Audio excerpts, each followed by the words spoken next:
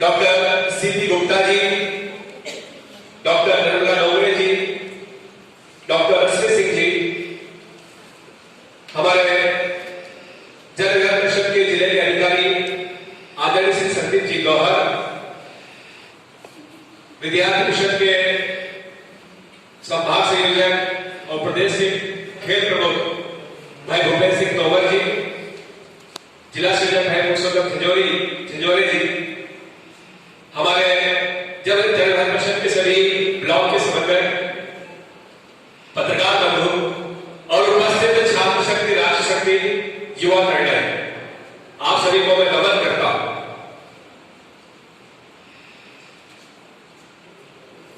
आध्यात्मिक और अलौकिक रूप से विराजमान उपस्थित स्वामी विवेकानंद जी,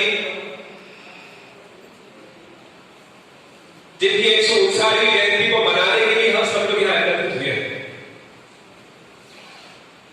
मित्रों, आज बड़ा ही हर्ष का विषय है कि जन विकास परिषद द्वारा इस प्रकार का रचनात्मक दृष्टिकोण के साथ इस व्याख्यानमाला का आयोजन किया गया।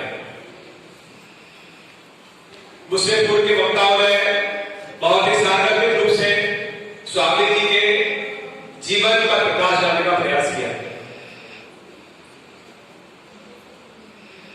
मित्रों, व्यक्तिगत विकास के माध्यम से हम जिस प्रकार के सामाजिक परिवर्तन की बात करते हैं, निश्चित रूप से विवेकानंद जी का जीवन हमें इस ओर अग्रसर भी करता है, कहने की मार्गदर्शित भी करता है। आप कल्पना कीजिए कि जहां हमें अपने पूर्वजों की चौथी पांचवी पीढ़ी तक के नाम याद है, लेकिन उसके आगे जाने का हम प्रयास करेंगे तो हमारी जानकारी कहीं ना कहीं शून्य है। लेकिन 159 वर्ष के बाद भी स्वामी विवेकानंद जी का जीवन हम सब लोगों के लिए प्रासंगिक है, और इसलिए विवेकानंद जी न केवल भारत के अपितु विश्व के संपूर्ण युवाओं की प्रेरणा के केंद्र है। नरेंद्रनाथ दत्त से लेकर स्वामी विवेकानंद जी तक की बनने की जो प्रक्रिया थी, वास्तव में उनके संपूर्ण जीवन में हमें भारत के दर्शन होते हैं। एक ऐसा व्यक्तित्व जिनके जीवन में उदात्त चरित्र है। ऐसा कहा जाता है कि धन गया तो कुछ नहीं गया, शरीर गया तो कुछ गया, लेकिन यदि चरित्र गया तो सब कुछ गया। और यही कारण था कि शिकागो की सर्वधर्म सम्मेलन में जब मेरे प्यारे अमेरिकावासी भाइयों एवं बहनों का जो गौरवशाली उच्चारण जब उन्होंने अपने मुख से किया, तो ऐसा बताया जाता है कि कई मिनटों तक उस सभागार में तालियां बजती रही। लेकिन इस शब्द के पीछे जो भाव था, वो भाव भारत का है कि जहां हमने सदैव से ही यत्र नारायण पूजन्ते नमन्ते तत्र देवता, यत्र नारायण पूजन्ते सर्वास्त्राम कहा गया, जहां हमने सदैव से स्त्रियों को देवी का स्थान प्रदान किया। और यही कारण है कि संपूर्ण विश्व में एकमात्र भारत ऐसा देश है जिसे माता का दर्जा प्राप्त है।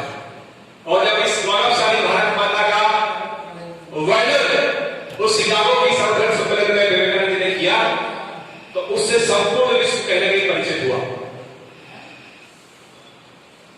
विवेकानंद जी कहा करते थे कि उठो जागो, लक्ष्य प्राप्ति तक रुको मत। निश्चित रूप से हम सबके लिए बड़े प्रेरणा का ध्येय वाक्य है, और इसीलिए आज जिस प्रकार से हम सब लोग देख रहे हैं कि पूरी दृष्टि और सृष्टि बदलती जा रही है, कहने के यहां पर नैतिक मूल्यों का पतन हुआ। आज इस अवसर पर मुझे एक प्रसंग याद आ रहा है। जब विवेकानंद जी शिकागो की यात्रा पर थे, तब एक अमेरिकी महिला उन पर मोहित हो गई। उन्होंने विवेकानंद जी के समूह प्रस्ताव रखा कि मैं आपको अपना बनाना चाहती हूं। विवेकानंद जी कुछ समय मौन रहे, और फिर उन्होंने कहा कि आप निश्चित रूप से मुझे अपना बना सकती हो, पर मेरा आग्रह यह है कि आप मुझे बेटे के रूप में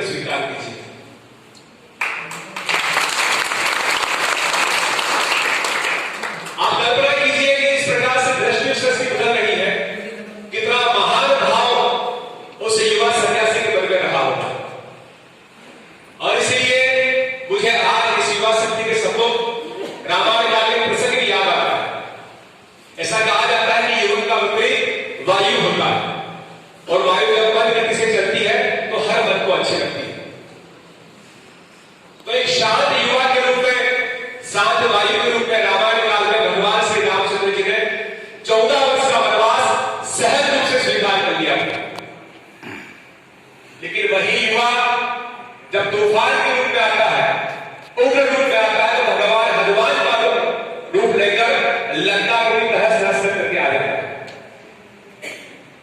विवेकानंद जी कहा करते थे कि हम सब युवाओं में एक विशेष शक्ति, एक बड़ी परिवर्तनकारी शक्ति हम सब के अंदर विद्यमान है। केवल आवश्यकता है अपने आध्यात्मिक स्तर को और अधिक विस्तृत करके भी अपने आप को पहचानने की आवश्यकता है। विवेकानंद जी कहा करते थे कि युवा कौन? युवा वह जिसमें अतीत का गौरव हो, वर्तमान की पीड़ा हो और भविष्य के सपने हो। अतीत का गौरव मतलब भारत जो प्राचीन काल से विश्व के पद पर आसीन रहा, चाहे शिक्षा का क्षेत्र हो, अनुसंधान का क्षेत्र हो, विज्ञान का क्षेत्र हो, चिकित्सा का क्षेत्र हो, आदि आदि विभिन्न क्षेत्रों में भारत सदैव पूरे विश्व के अंदर अग्रसर रहा है। भारत ने सदैव से ही हर क्षेत्र में पूरे विश्व को ज्ञान की रोशनी प्रदान की है। तो उस वैभवशाली गौरवशाली इतिहास का अतीत हम सबके अंदर सदैव जागृत रहे।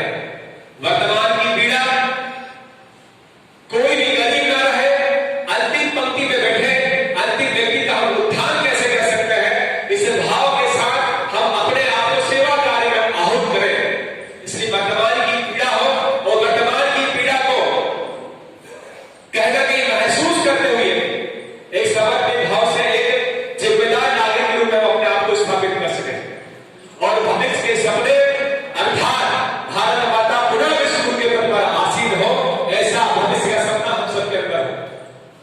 तो निश्चित रूप से इस प्रकार के तीनों भाव के साथ उपस्थित आप सभी युवा शक्ति यहां उपस्थित है, छात्र शक्ति, राष्ट्र शक्ति यहां उपस्थित है। मित्रों, आज यदि हम विवेकानंद जी के जीवन की बात करें, उनके बहुत सारे पहलू हैं, चाहे शिक्षा का विषय हो, चाहे ज्ञान या अध्यात्म का विषय हो, आदि आदि विभिन्न क्षेत्रों में विवेकानंद जी को यदि हम पढ़ेंगे तो निश्चित रूप से हमें नित्य प्रतिदिन कुछ ना कुछ नया सीखने को मिलेगा। हम विवेकानंद जी को जितना पढ़ते हैं, हमें विवेकानंद जी हर बार एक नए रूप में कहीं ना कहीं प्रस्तुत होते हैं। मैं आज के अवसर पर एक बात कहना चाहता हूं। मित्रों, ऐसा कहा जाता है कि महापुरुष के परिचय आज तक मिटे नहीं है। वो मिटे इसलिए नहीं है क्योंकि हम सबने ऊपर कभी चलने का प्रयास नहीं किया है, और इसलिए हमें महापुरुषों के चित्रों के साथ साथ उनके चरित्रों की पूजा करना भी आवश्यक है।